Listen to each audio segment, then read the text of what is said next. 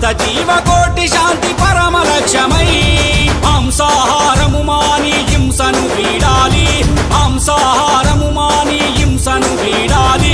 ఈ భూమాత ప్రేమధామమై తీరాలి. చర్చలో నిజామాబాదు రావాలి కదలి మీరు, సాకార జగత్తు సాధన కొరకై అహింస జగజ్జెండా జగరాలి నింగి నిండా.